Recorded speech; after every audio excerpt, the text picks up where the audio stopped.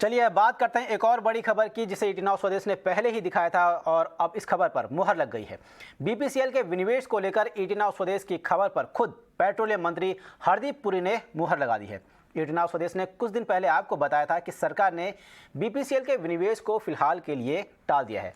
अब खुद पेट्रोलियम मंत्री हरदीप पुरी ने एनर्जी टेक समिट के मौके पर एक प्रेस कॉन्फ्रेंस में कहा कि केंद्र सरकार देश की दिग्गज ऑयल कंपनी बीपीसीएल के विनिवेश पर विचार नहीं कर रही है। आइए सुनते हैं पेट्रोलियम मंत्री हरदीप पुरी ने बीपीसीएल को लेकर क्या कहा। Insofar as BPCL is concerned, look, I almost came into the ministry when you had decided that BPCL के disinvestment नहीं करनी. I personally think BPCL is a first-rate OMC.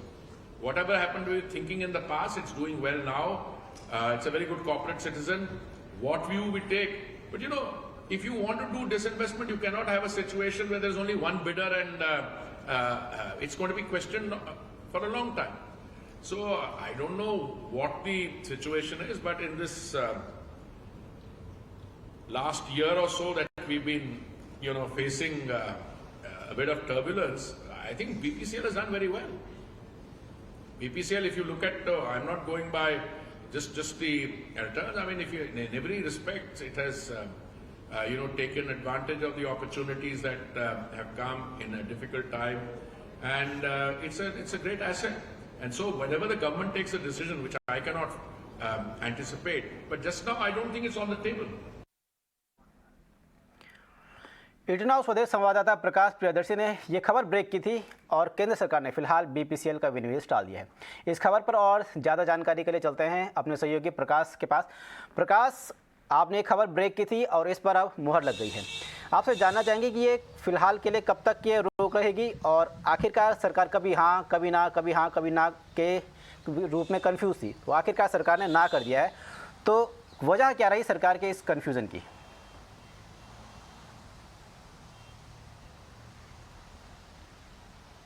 देखिए, वजह तो एक ही है जो मौजूदा हालात है, क्योंकि सरकार की नीयत बिल्कुल इस बात को लेकर है कि वो विनिवेश की प्रक्रिया के साथ आगे बढ़ना चाहते हैं, लेकिन हालात ऐसे हैं जिसमें कि सरकार को मजबूर होना पड़ा है। जो पहले यूआई उन्होंने इशू किया था उसको वापस लेने के लिए वो मजबूर हुए, क्योंकि सिर्फ एक ही इंटरेस्टेड पार्टी, एक ही कंपनी रह गई थी और बाकी कंपनियों ने अपने नाम वापस ले लिए थे।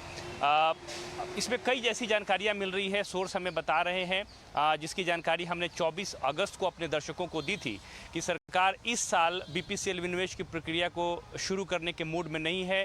पेट्रोलियम मंत्रालय ने जो अपने असेसमेंट किए हैं उसके हिसाब से कई तरह के अहम ऑब्जर्वेशंस हैं। सबसे पहला तो ये है कि मौजूदा हालात में जिस तरह के बड़े निवेशक की ज़रूरत है बीपीसीएल जैसी कंपनी के लिए, वो मिलना मुश्किल है। दूसरी तरफ ये है कि आप देखिए, जैसे पेट्रोल डीजल की कीमतों पे एक तरीके से अनसीन कंट्रोल है गवर्नमेंट का, वैसे में विनिवेश का जो प्रोस्पेक्ट है वो भी प्रभावित होता है। जो निवेशक है वो सोचेंगे कि अगर वो इतनी बड़ी कंपनी को उसकी इतने बड़े रिटेल नेटवर्क है उसको अगर वो एक्वायर करते हैं, लेकिन अगर गवर्नमेंट का अनसीन कंट्रोल होगा तो फिर उनकी मुश्किलें बढ़ेंगी। साथ ही साथ पहले प्रयास में कई ऐसे इश्यूज़ उठाए गए थे निवेशक की तरफ से, इन्वेस्टर्स की तरफ से।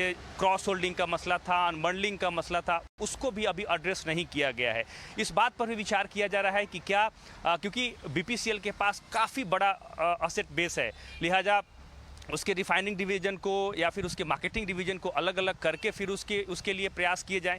ये तमाम ऐसे मसले हैं जिस पर अभी चर्चा चल रही है। कंसल्टेशन की प्रक्रिया औपचारिक रूप से वो अभी शुरू नहीं हुई है और पहले इन इश्यूज़ को एड्रेस किया जाएगा, उसके बाद सरकार इसको लेकर आगे बढ़ेगी। फिलहाल स्थिति ये है कि ये अभी सरकार के एजेंडे में नहीं है और इस साल बीपीसीएल विनिवेश की प्रक्रिया शुरू हो, इस बात की संभावना बेहद कम है। इन तमाम जानकारी के लिए बढ़ते हैं आगे।